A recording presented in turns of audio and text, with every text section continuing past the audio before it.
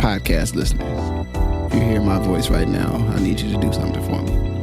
I want you to take out your phone or on your computer, go to Apple Podcasts, search for Ask Your Oldhead Podcast.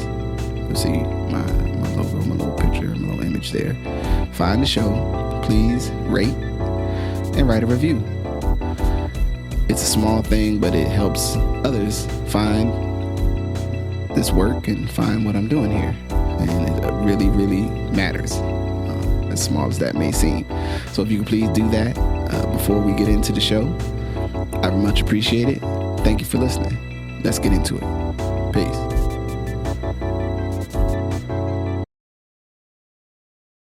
Peace. I'm Majestic.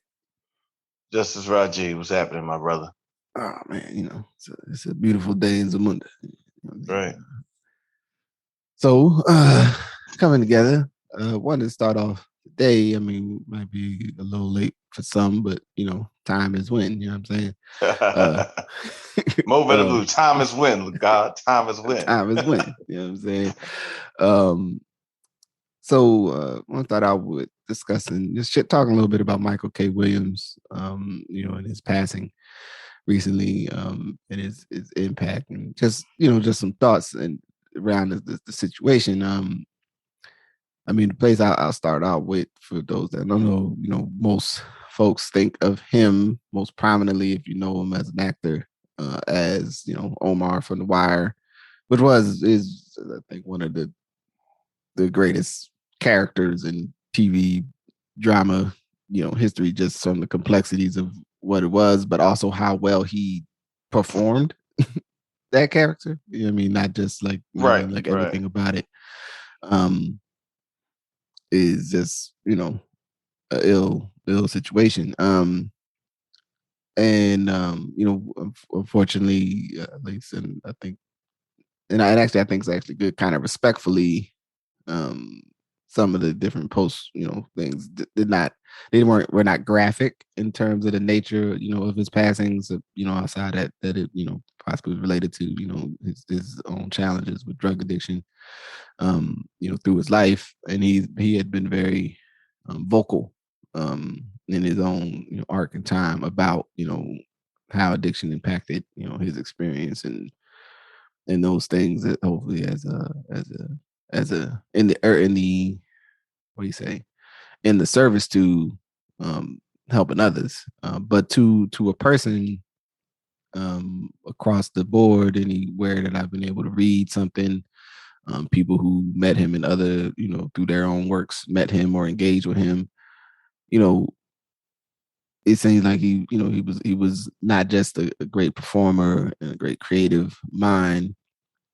but he was also a great person to people, that people really cared for him. And as much as sometimes we think about, creative performance in terms of like stars, right? Like, the big, what makes movies and shows and storytelling in that format great is that the actors involved all can carry their weight, right? And command a presence in the stage, and it is a unique and beautiful thing when someone can get you to see something through the eyes of of the character they're playing, and it can pull you in. So props and love, respect to his family, him, those that knew him well. But I did want to share a little bit on what was some thoughts that came to you, with his passing that you thought were salient. Yeah. And just to add on, I think two thoughts kind of emerged, and then a third kind of trailing thought. The first one, again, his acting skills and how well he acted, is kind of central to why we're talking about him. But also, I think, from a bigger zoomed out perspective, there's this conversation in the Black community that I think we need to, it kind of brought me back to this conversation about substance use, right? And it's almost like a conversation that with a lot of our other challenges is obscured, right? Like we're talking about poverty, we're talking about this, we're talking about cannabis legalization, we're talking about, the child tax credit. We're talking about like all these things. And even sometimes we don't talk about people selling substances in our community quite as much, right? Mm-hmm. We know there was a time where that was the central thing. If you look, things have moved more to people being murdered and that Mm-hmm. being the central public safety challenge of our time, right? Mm-hmm.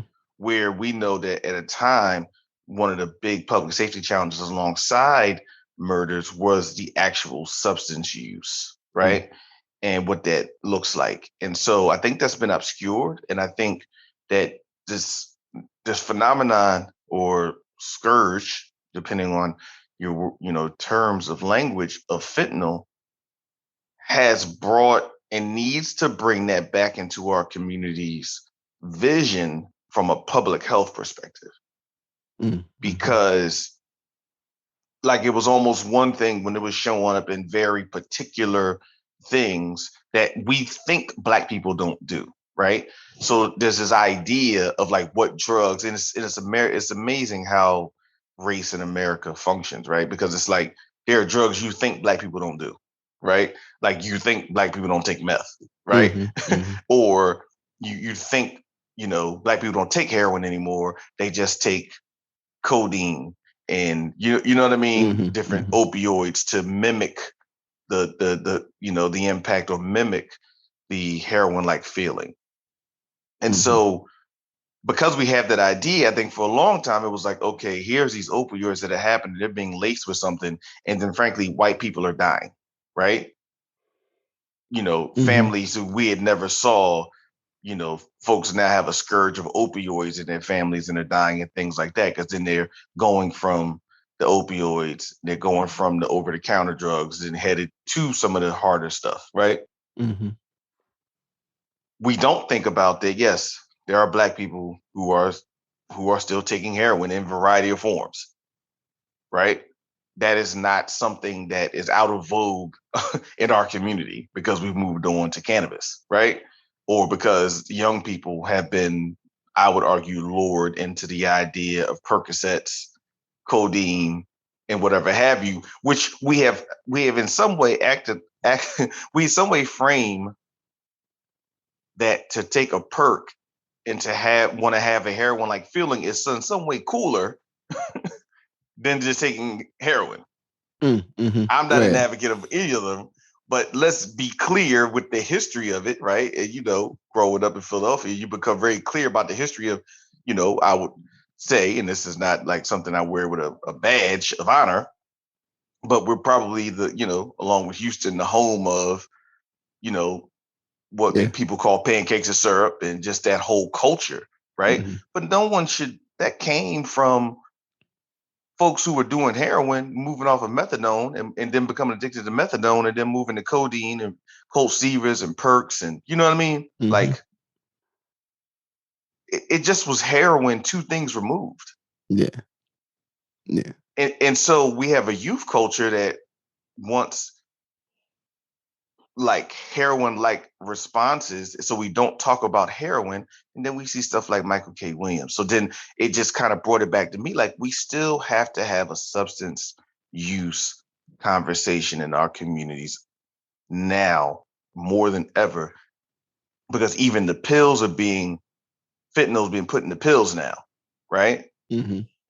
So all the stuff that people are taking like quote unquote garbage pills, it could be laced with anything. So there's still that kind of public health conversation that we need to have. And unfortunately, his death, while being really is unfortunate for me, it did kick us back in. And I have seen some initiatives in certain cities, DC, particularly Baltimore, because these are places that people know that while we perceive the face of heroin to be white, we know the reality of many of people in those two communities, particularly, they still have a higher percentage of Black folks using and dying from heroin, right? Mm-hmm. Like Mm-hmm. when folks are overdosing, that's a silent death. If a guy gets killed on the street in a gun battle, right? That's not silent. We pay attention to that for a variety of reasons. If a person overdoses in that house and a 52-year-old person overdoses, that goes silent, even though from a public health perspective, it's equally as dangerous, you know? Mm-hmm. Mm-hmm. So that was like that's one thing that I think we need to grapple as a community with that. Two, Michael K. Williams, it appeared to me that it's almost like a Nipsey Hussle kind of thing.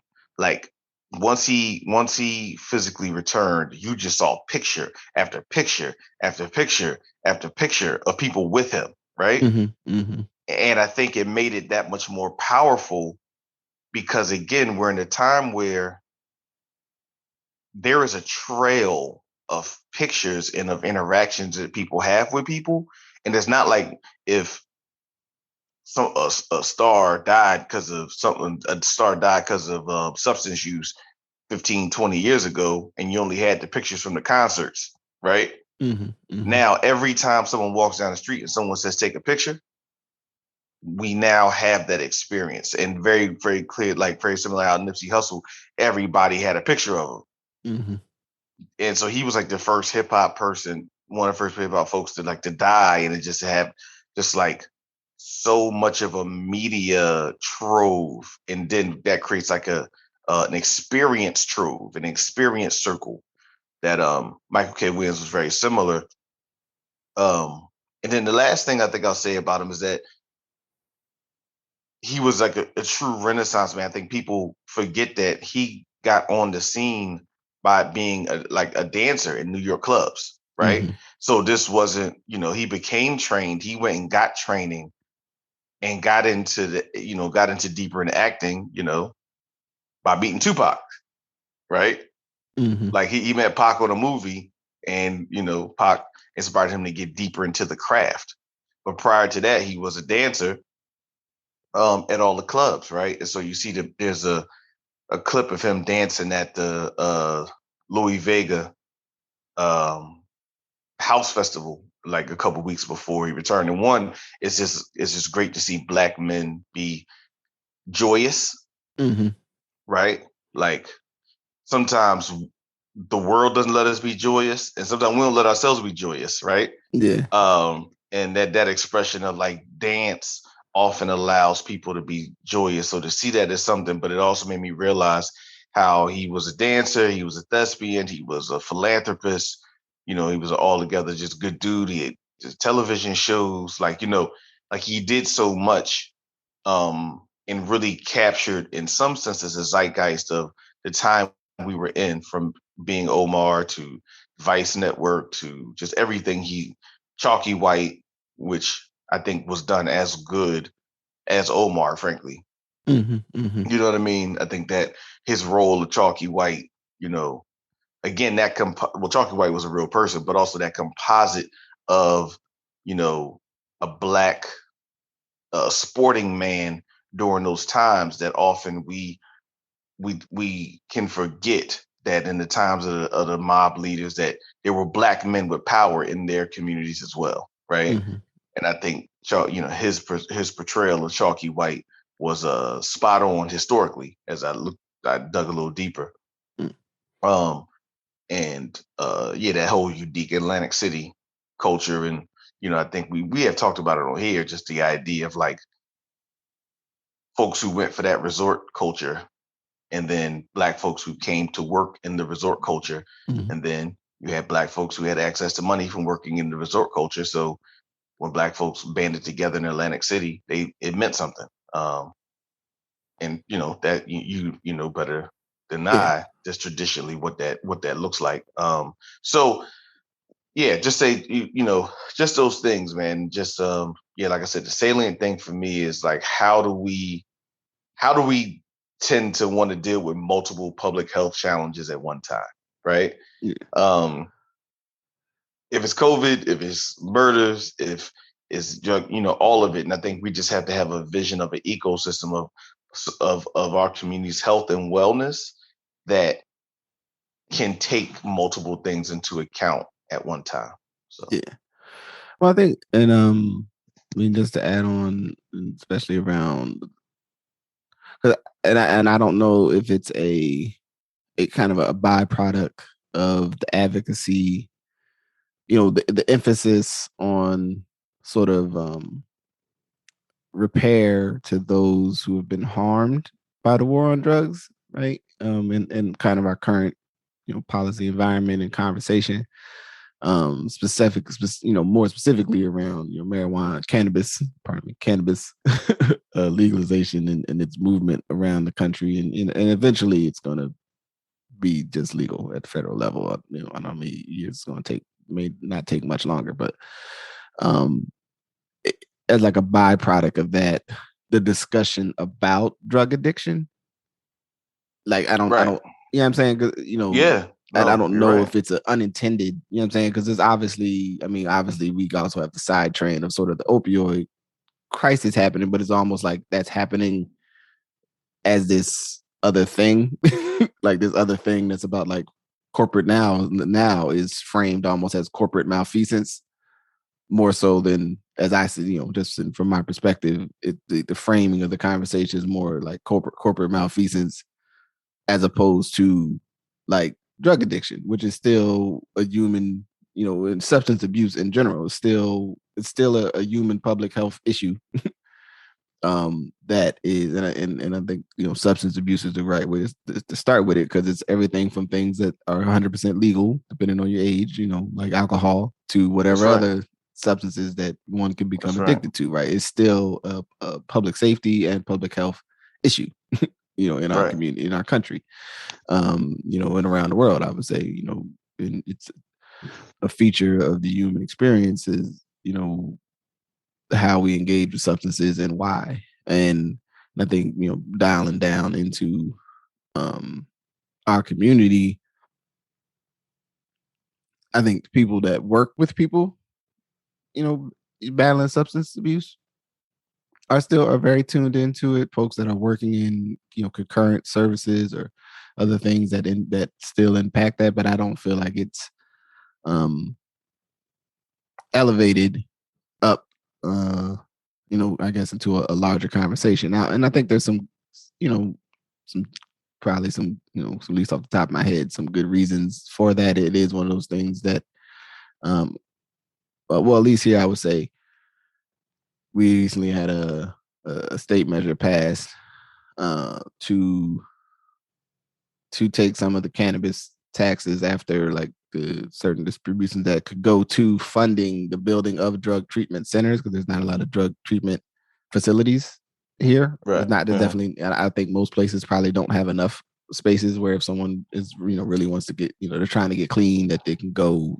for however, 3 months or whatever amount of time Right. is needed, to get, to get some stability so they can, find their path, and also even sometimes just having, culturally specific services that are close to your home, those sorts of things that, like most places. But I know here we don't have sufficient services anywhere in the city, nor in more rural areas.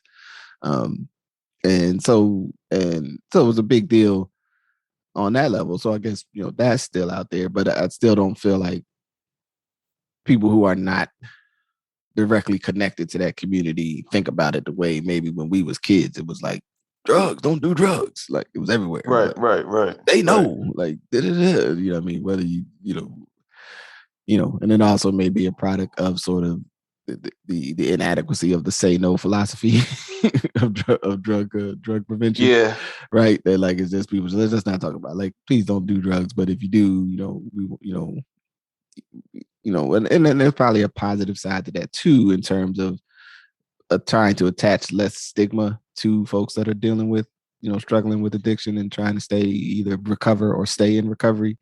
Right. But it's just something I think to think about, when we do discuss um, public health needs, challenges like, substance abuse. And something that's always been a challenge and a threat of substance abuse is you don't really know what the hell that stuff is.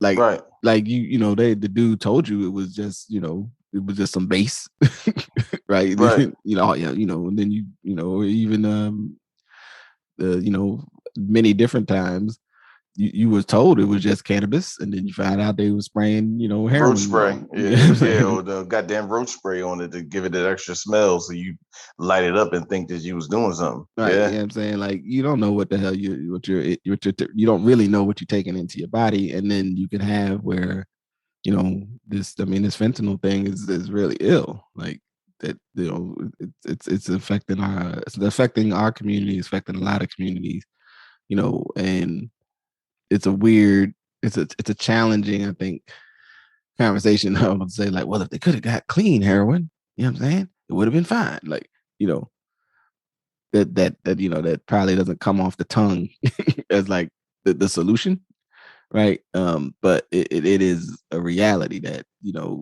a risk within, use of, even back to, you read about before prohibition, which you're also talking about, generally the production operation of alcohol, where, like, people, whoever, somebody make the batch bad, you know you out of here, dog. You get right. somebody think they know what they're doing, making some moonshine, so to speak, and then you get, you ever heard about your uncle so so? Yeah, he went blind from from a bad batch, like. But that was a real thing. Like, that wasn't just a Yeah, theoretical. Like, people really fall out. You know what I'm saying? Because so it's a strange, it's a challenge. It's an interesting angle to think about it. But I think that the salient idea that we don't always talk about addiction in the same way.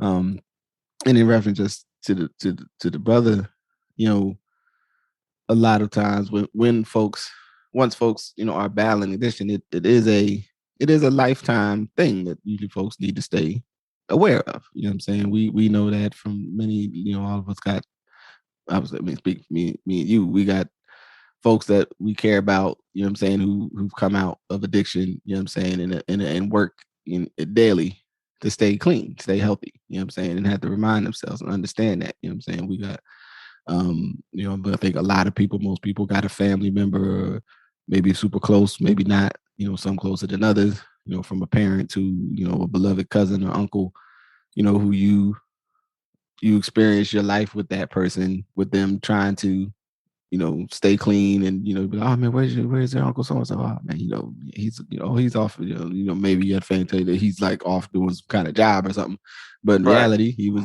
off in addiction, and you right. cared about him, you loved him, but it wasn't much you could do. You just had to hope that when he get a moment of clarity, that he could find some help. You know what I mean? And then, and the family wanting to then integrate, bring that family member back in. Like, these are still features of our community, that we've, not everybody's family, but a lot of people's family have tried to be compassionate to their family members that might be going through that, but then also it'd be like, yeah, you can't come through here no more. You tried to steal my damn stereo or some shit. You know what I mean? Whatever you did, you know what I'm saying? You You know, just dated yourself. Try to steal my damn, try to steal my damn stereo. steal my Now, speakers, you now, know what I'm saying? now your stereo's on your phone. Right. Right. No, no, I find them because I hid them behind my speakers. Like, you know what I'm saying? I wonder if kids hear that record, do they be like, speakers? What's a speaker? How could you hide sneakers behind a Bluetooth speaker? Right? You know what I'm saying? Like, Yeah. it's a kid now. Like, was it a big Bluetooth speaker? It's like, damn, children, they're just a different world. You know what Different I mean? world. But like this, even now, like I had a friend I grew up with, stole from me. You know what I'm saying? Because due to his addiction. And I still care for him and wish him the best. Next our cross paths, but also, his challenges with addiction made it hard for us to stay connected, because I couldn't, I just can't keep real, couldn't bear the weight of it. You know what I'm saying? Like, this is a real thing still for us. And so I appreciate it too, within that though, like the overall level of compassion that I saw from the community, like from people speaking about it. Because Mhm. like, it's like I said, I think in a different time, I'm sure there's some people that had some terrible comments somewhere if I went and looked for them, like, in the comments of You didn't have somebody's to look for picture. 50 Cent. You ain't had to look far. Oh, okay, yeah. So But I hadn't even. they had a street issue. So Oh, okay, okay, yeah, yeah. they So had a lit. Yeah, we'll leave it so to 50. yeah, Leave it to yeah, 50 to have a yeah. have what was our rule? 20% of black men is oppositional Yeah. at all times. All Probably the times. case.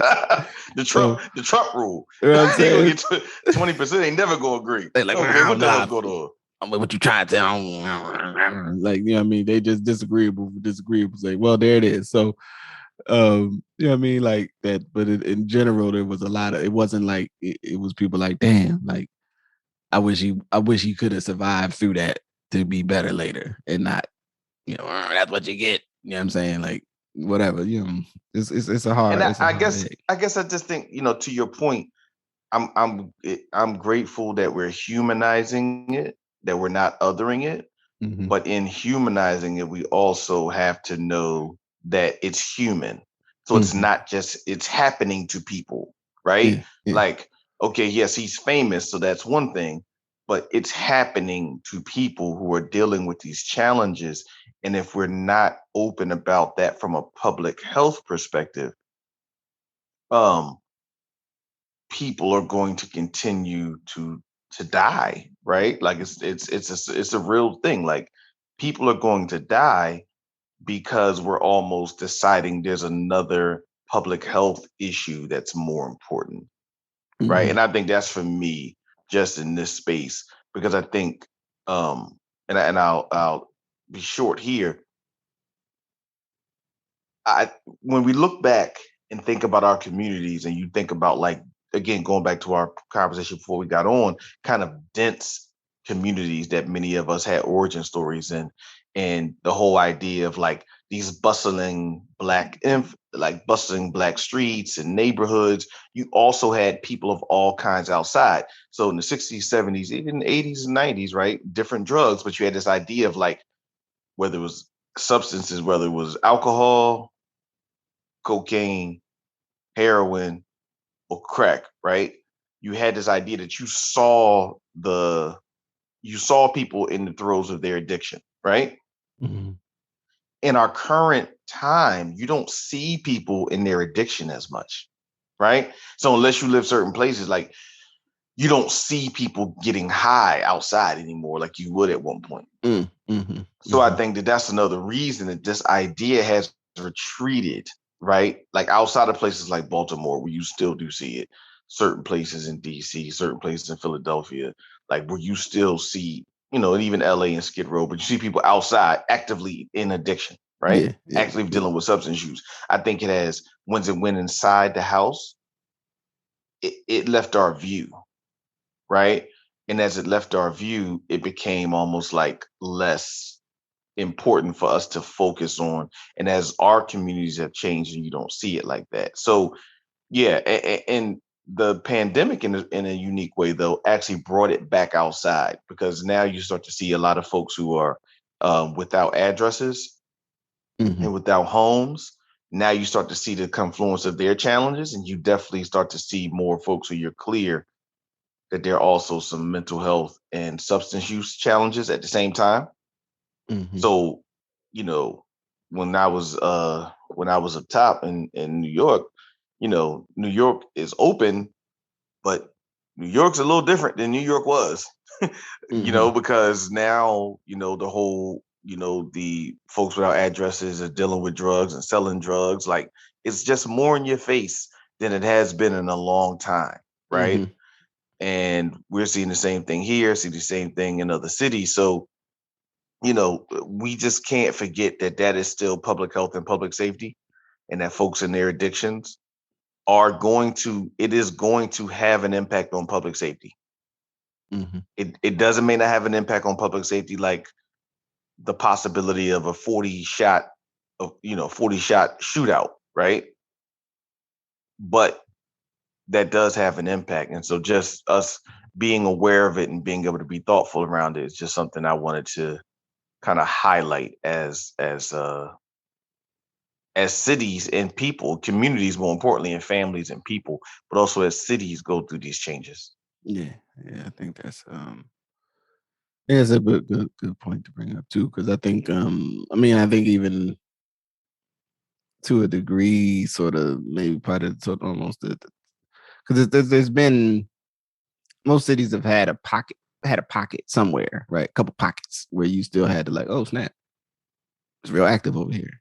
You know what I'm saying? You might Right, pull up right. and have that um whether it was real or not, the way I perceived as a kid, where it'd be like, oh, it's active over there. It's active over there.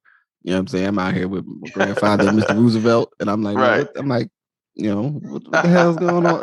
Like, how long we gonna be out here? I'm just standing like, damn, we gonna have me out here all day at this guy, we'd be out there hanging with the old dudes, and then I'm looking around the corner, I'm like, yo, there's a lot of activity going on around here. You know what I'm saying? And people dipping down corners and walking off, hastily together. You know what I'm The saying? infamous walk off, the infamous hasty walk off. You know what I'm saying? That hasty walk off is a like, I think, like I said, I think for people who've never seen it, like, they might go like, oh, that's like, they may detach from it's like, no, man, that person is about to go get high.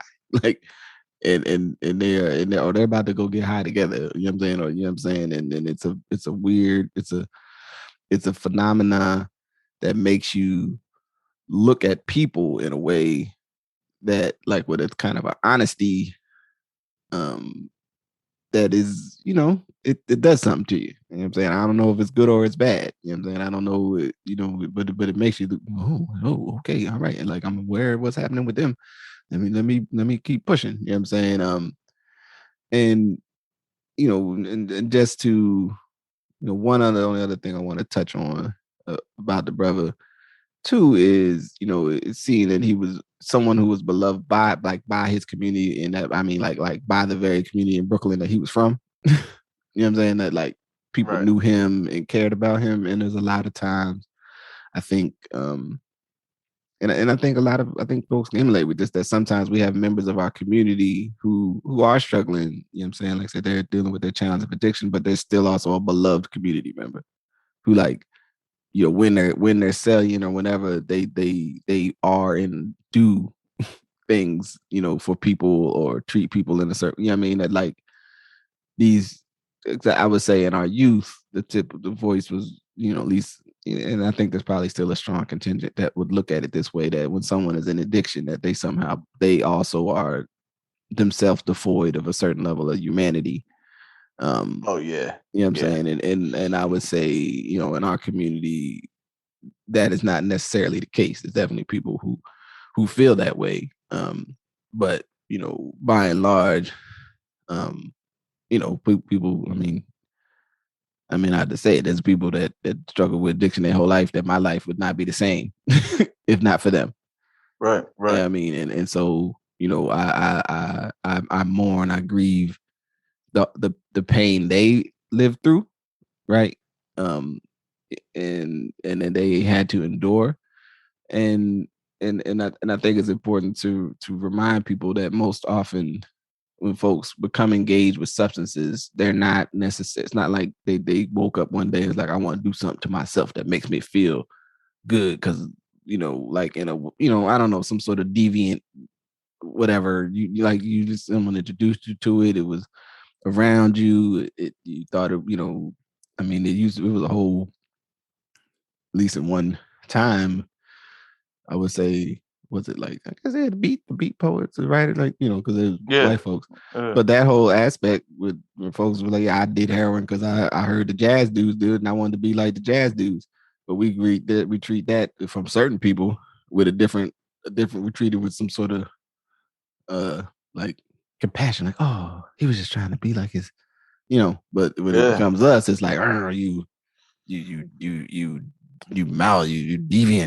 Well, also it's the location, right? It's the location and timing and framing. Like, yeah, if you heard Charlie Parker got high and you wanted to play like Charlie Parker, so you got high because you thought he played otherworldly because he was in another world, right? Like, or I want to be like Jimi Hendrix. I'm gonna take some psychedelics and shit, right? Right. And so, to your point about, like, people who are pursuing sometimes the level of virtuosity, right? And that started their climb, or, and obviously people who deal with these challenges from a whole host of things. I think in our more recent, and I mean that last 50 years, I'm going to call recent, idea of substance use is always framed with some degree, to your point, of weakness or deviance, right? because it's like, oh, you got hooked on heroin. You sold heroin. They got hooked on heroin, right? So I think that idea of getting higher on your own supply in our community Mm-hmm. started to frame people as less worthy, Right. right? Less deserving. Like you were on top. You sold dope. You sold heroin. You sold cocaine, and then you started using it. Why'd you get weak, right? Mm-hmm. I think now we're in an interesting place where with a lot of these, we're not calling it addiction, but a lot of these opioid folks who are addicted to opioids, right? We're just calling people a pill popper or, you take too many perks, right? So we've almost humanized it to the point of we did almost like a 180. Mm-hmm. We went from demonizing certain people because they got high on their own supply to because it's so present in the music and present in the culture, treating it as very normal. And then we only bring it up when somebody's getting too skinny, like you know what I'm saying, something you hear, oh man, they're getting too skinny, or they can like pop it too many perks, like you know what I mean. And you can even see it in some of the rappers, frankly. You're like, okay, you need to put some weight on, right? It's clear you're spending a lot of time, with syrup, and then the resulting seizures. But I think we've normalized it. We've like written that into our current conversation about those drugs, not about the other ones, right? Not about heroin, not about crack. You don't see that as much, but we haven't made norm. And I'm not saying the normalization of the opioid stuff through hip hop is actually okay. I was quite the contrary. Mm-hmm. Mm-hmm. And crack's still out here. Oh yeah. Just people should know. But it's definitely diminished. Yeah, there's people still selling and taking crack. Mm-hmm. Yeah, but I think that the idea of like, how do we really just get to this crux of like, there are people still dealing with these kind of challenges, and having compassion, seeing them, and elevating the scourge to a place where we're all also getting resources to be able to engage it. So it's not just like oh, okay, he just OD. Like it's no, because we have been compelled to not just treat, oh, dude, my man got his head blown off, like we've talked about, right? Like we're being compelled not to think about, intra-community violence, right? Or proximity violence. We've been compelled to say, hey, no, treat that person like a human, right? In the same way, we got to think about being humanizing the lives of people. So. Right. So, this is a closing thought I'd say, man. Like one again, respects and love to his to Michael K. Williams, his family, those that knew him, loved him well, knew him better than myself. And thank you, for his contributions, to the creative world. Adds something that some of you may not have watched that I thought was actually a pretty good ill show. It's a show, Happen Leonard, that's on Netflix. It's based on some, I think, these books from some, like they're like in Texas, and it's like him and his white cat, they're like best buddies, but it's got like all the racial stuff of like the 80s, because they're set like in the early 80s. So it's pretty ill, kind of ill show. Like they got the second season is the whole heart of the show, which, just for those that don't know how long it took for segregation to change, is like them having to go help the sister who's a lawyer with a case in this town that's still like basically like a, yo, you black don't be down here, right? In the 80s, sundown town, yeah, like in the 80s, on some real like, yo, y'all gonna be down here, I don't know, you should do that type shit, you know what I'm saying? And just, like, it's a pretty ill show, it's got some, I'll leave it, to you, those that would watch, I mean, you don't like it, that's cool, that's your business. But I'm just saying it was a kind of ill show, and generally, man, take the best part for yourself, man. Try to, and if you never watched The Wire, maybe go watch it. You know what I'm saying? Grow up. You know what I'm saying? Stop being a booger eater. You know what I mean? Get out of here. Right, grow up and watch good television. Right, go watch The Wire. Stop telling me about Breaking Bad. Breaking Bad. I'm gonna say it. I'm a Breaking Bad hater. I ain't never watched. I just couldn't get into it. I'm just saying, anybody got a problem with it, I'd be happy to talk to you about it at some other time. But just putting it out there. Offline. Yeah, because they be going, no, but the Breaking Bad is the what? I'm like, nah. I'm cool, man. Y'all got that. But anyway, I digress. So yeah, unless you got another thought, we can make a pivot. No, we're good. Yeah, yes, sir. So the other item, and I'm gonna frame it this way, with love. We are both at the middle of the well, not really actually at the middle. We're still in the first half of the old young man world. Right, we're the old young men, yeah. Yeah, I'm saying, because we're not the young old men yet. Yeah, I mean, but we're getting, and three of artists that would be our contemporaries, our peers of our youth, put out new records that have but I'm going to affectionately discuss as old man rap, but only in the context of at our youth and our time, we didn't have no parameter to think that somebody's still rapping. You know what I'm saying? 30 years later, you know what I'm saying? Like, or closer to 30 years into 20. You know what I'm saying? Like, when you're speaking of Common, AZ, and Nas. And I'm not asking anybody to get too deep like into particular records, although I got to listen to all of Common's record and all of Nas's King Disease too. And I'll say for the record, I've had mixed emotions about some of not Nas's ability, but my actual enjoyment of his records. You know what I mean? For most of the last couple of years, where it's like, I like that song, Nas. I mean, you rhyming good on this song, but I don't really like the song. You know what I mean? Type time. But I really enjoyed this record. Like it was like there's a couple joints on there that obviously like is anything that I like more than others.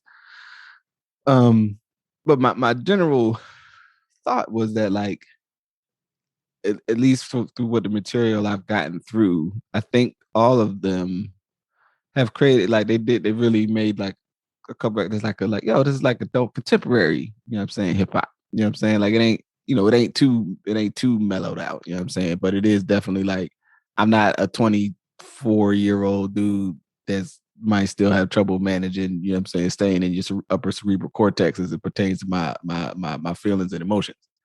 And I've also seen things. Like I've seen stuff and I have kids. You know what I'm saying? Not only I have kids, I've raised kids. Like my kids are in their 20s. You know what I'm saying? Like the way you approach the world when you end up realizing you still is going to be around when you in your 20s, you might not really believe you're going to be here, at getting closer to 50 than to 30. So, I don't know how well. I mean, it seemed that people really was into it, but I don't know how they measure records effectiveness these days in terms of sales, or I guess it's clicks and spin. I don't know how they do it, but I enjoy what I've listened to, and also though from a genre perspective, like I said, sort of somebody rapping about stuff that I can relate to in real time still. It's kind of refreshing. Do you have any thought or anchor, point where you'd like to depart? You know what I'm saying on that? Yeah, I think you make a really good point about one. I'll kind of start with your last point and go to some other ones. I think the idea that we're at a point of hip hop and that we should just be okay with there's it's all hip hop, but there are subgenres, right? There are very specific subgenres of the art of the music. And that doesn't mean because to your point that we're kind of getting to the right in the middle of that old young man place in our lives. That doesn't mean I don't find Little Durk interesting at times, right? Because I'm black. I'm black and I see black stuff. And so, it is part of the experience, right? Like for me, and I could argue, oh man, it's just bad music. I mean, shit. Everyone thought Run DMC was bad music. Now we think it's classic music, right? Times, like there's stuff that in the 90s we would have thought was not good. I mean, it is really important for folks to think about that people, including us, bash the hell out of some of Bad Boy's music at a time and now that same music is perceived as much different than we thought about it 25 years ago. Mm-hmm. So I know time moves like that, right? So I'm not, yes, it'll remain to be seen. Does anyone want to listen to the baby, or I think Little Baby. The Baby can rap better, but Little Baby I think is a kind of more comprehensive artist. For what that's worth. But but we had these subgenres now, and we should treat it like that. And I think you should be able to go listen to the hip hop that makes sense to you, right? Like that's what you should go listen to. Like the Ja Rule, Fat Joe verses kind of showed that. Like Fat Joe went the Locks route, right? And then Ja Rule just did all of his songs with Ashanti and Lil Mo, Right. But they're clearly hip hop songs, right? Like, right. You can say whatever you want to about Ja Rule, but that's clearly a hip hop song. He's clearly a hip hop artist. Right. And so I think, we're at a place where we just need to let all those function in the same way. You go to a family reunion and your uncle wants to listen to blues. Somebody else wants to listen to the Dells. Stay in my corner, right? Somebody else want to listen to Luther, right? And the kids want to hear Whoop, There It Is when we was a kid, right? Or you want to hear, or you want to go downstairs and put on some old hardcore hip hop, you want to put on Redman, right? Like and that is the uniqueness and stuff in the blessing of Black music. And you got one, your cousin upstairs who actually likes Bad Brains and Fishbone, who nobody, he up there listening to that rock. That ain't us, right? Where now we'd be like, history now would be like, Black people started rock and roll, right? Where at some point, very diverse, creative people. We do many now we say that, but it was a whole bunch of cousins and they had to stay up in the attic because they liked Terrence Trent D'Arby or Fine Young Cannibals. Instead of listening to Biz Markie, right? So. But that's where I think hip hop is now. Hip hop is like a reflection of Black music on that level. Like all of it's relevant. The albums you speak on, I think, are important because I think it was getting difficult for a set of people, a demographic of people, to locate themselves in the music. Right? So if you are in your late 30s, early 40s, even going into your 50s, and trying to really write it down, text me. If you are that person and you're trying to be like, okay, so how do I fit in? Because Lil Baby and Foreigns and Big Chains and these dances don't get to you, right? But at the same time, you just don't want to go to every old school review, right? You just don't want to go see Chubb Rock, Big Daddy Kane, Rakim perform at an amphitheater, right?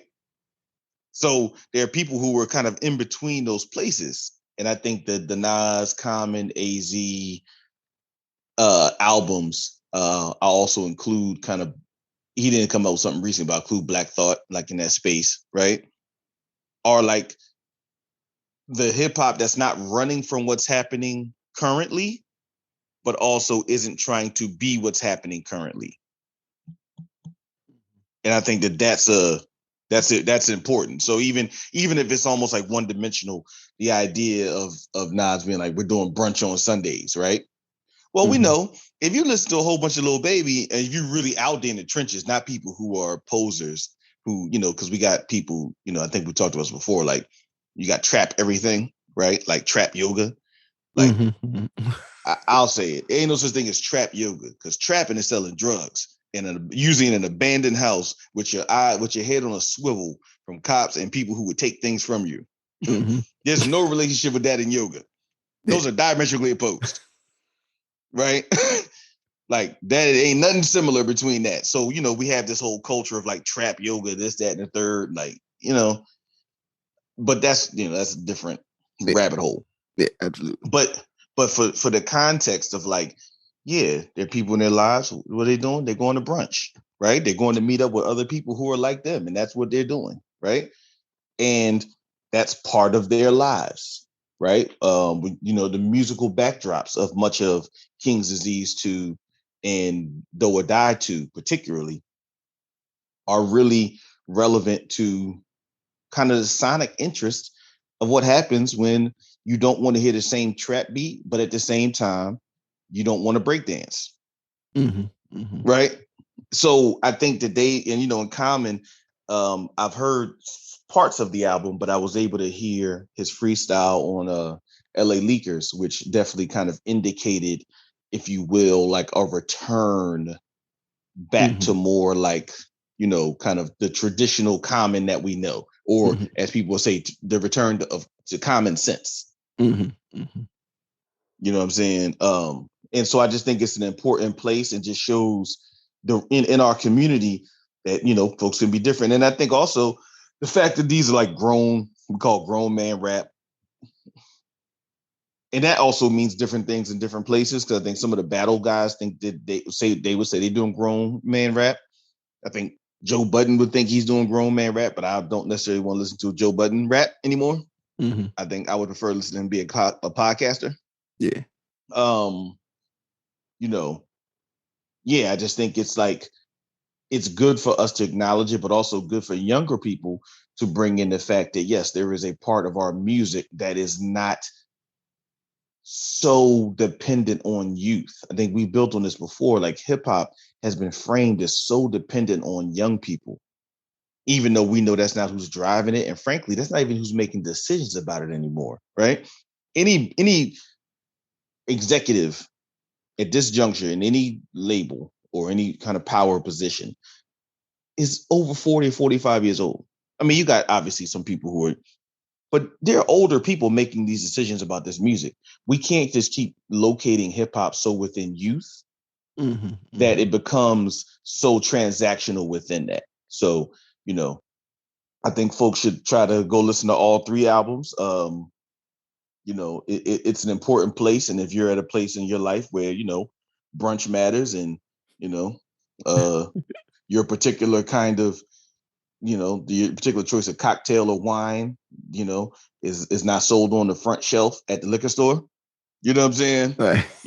I'm not gonna oversell it. I'm just saying, if the things that you tend to enjoy are things that, don't come with a commercial and don't come with an advertisement, at the liquor store on the east side of Detroit, then, give those albums a listen.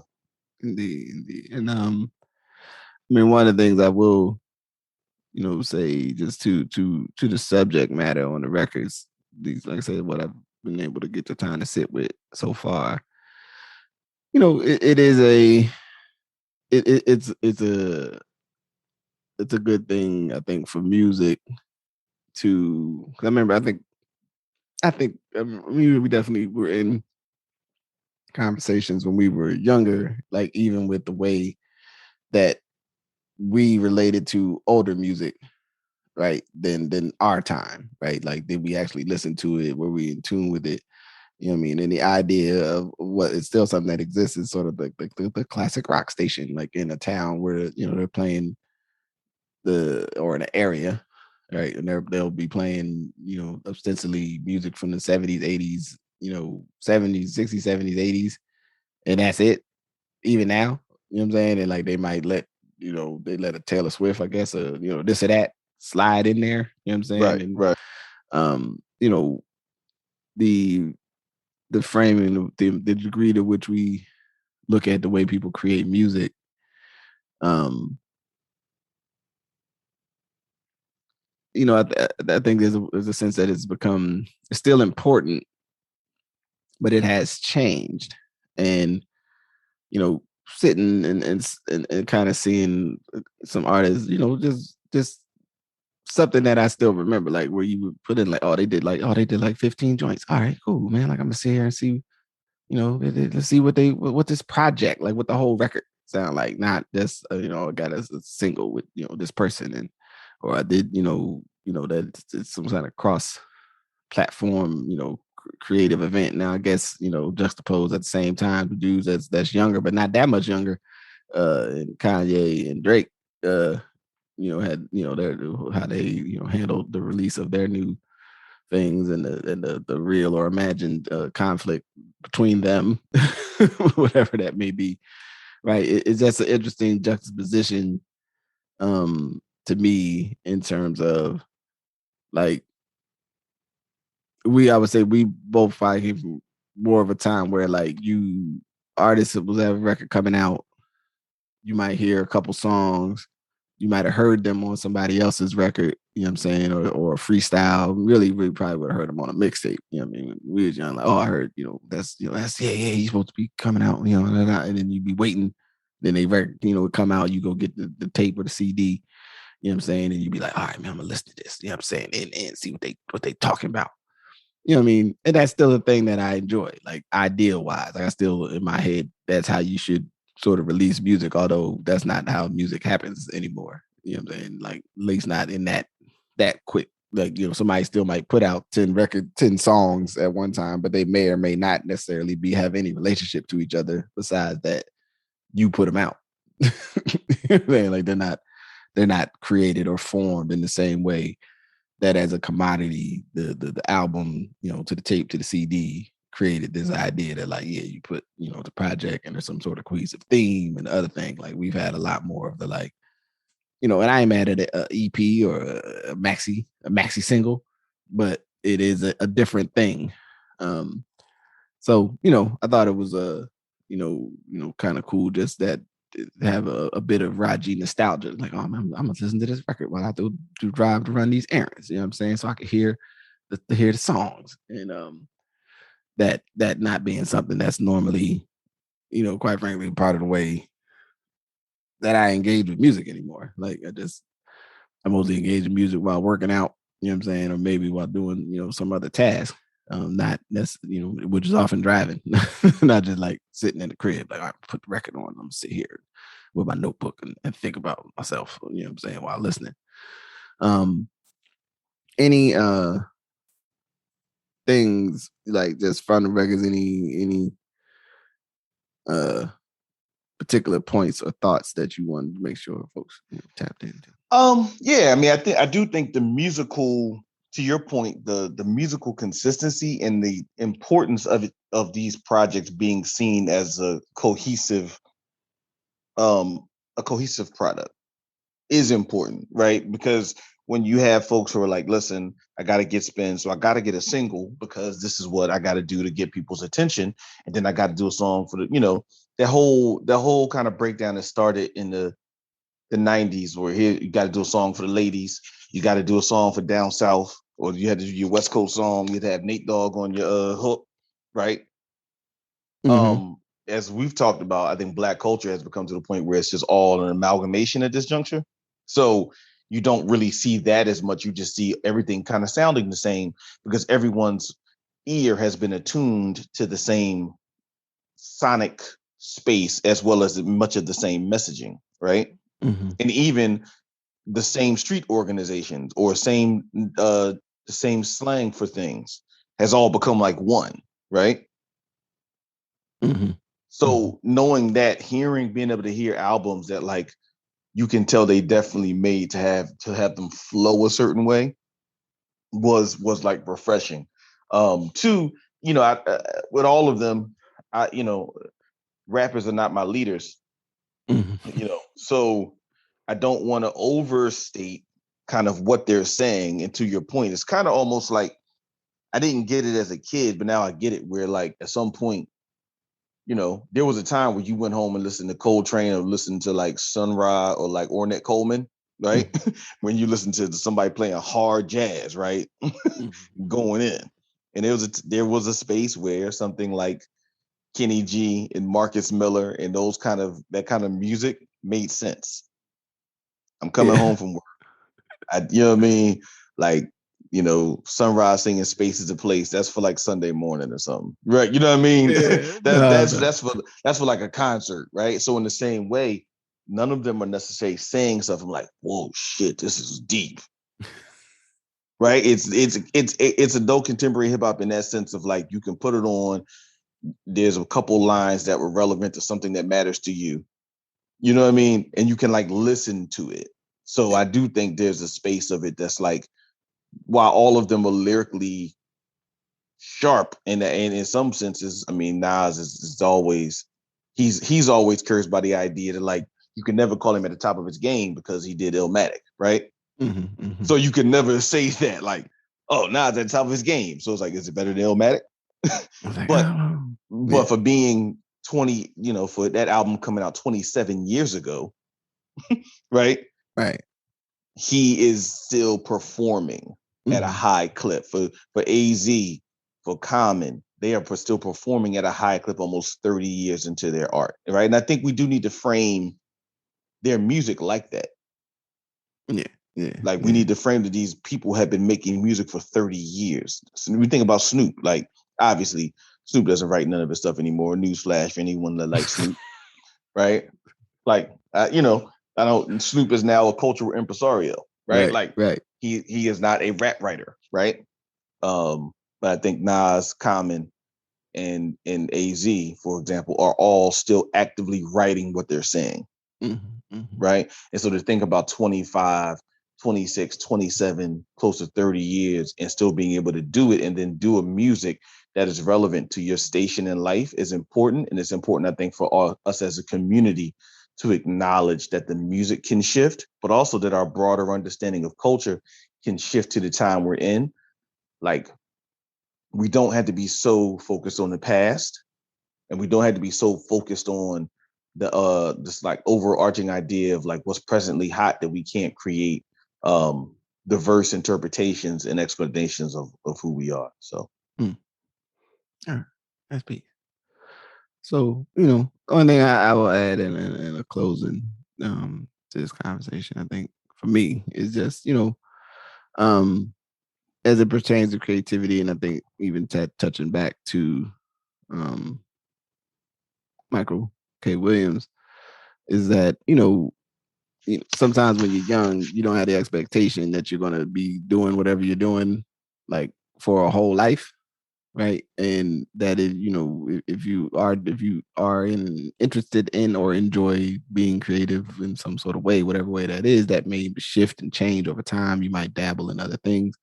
And that's a good thing. Like a life lived is going to have a lot of turns and twists and, but you can still be, if you could sing, you keep on singing. You know what I mean? If you play an instrument, if you draw, you write, you conceptualize in some other way, you know what I'm saying, that we would receive as a creative product, you just give yourself time, man. Don't feel rushed. And then on the other side, like as a consumer of art, that like we're just I've become very aware that it takes time. I didn't realize how much time it takes to stay up on stuff when we were staying up on stuff, because that's just what you was into.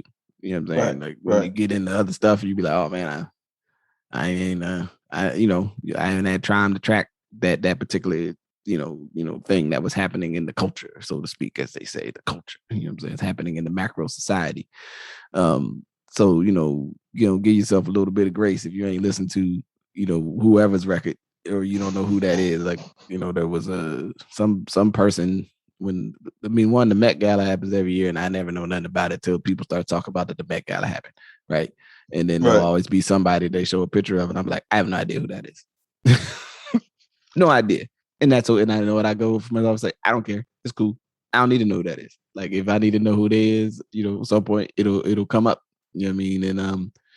And saying that to say that, what people create, what people offer us, what they leave, becomes, the thing that you can use to connect with them. But if you do produce something, you know what I'm saying, if you go out, instead of thinking about making something, go make something. go write some stories, or read some books, or do some plays, or do some sort of daring feats, or whatever it is that you felt people needed to see. Like, be about to doing it, and eventually, to one degree or another, we'll see it. You know what I'm saying? And I'm appreciative that, in light of the amount of artists and kind of public figures that we've lost and that have returned, it's peace to see, I'm saying, some public figures and, just brothers adding some old, something else for us to think about, to the cultural trove. So, appreciate it. Take the best part. So, Rajee, that's all I have to say. Got anything else for the good of the order? Or let us go. I think you finished it up right there. You close the door. He said he couldn't close the door. So with that, I would say peace. Peace. Thank you for listening to Good Brothers. Thank you to my good brother, I'm Majestic. Thank you to you, the listeners.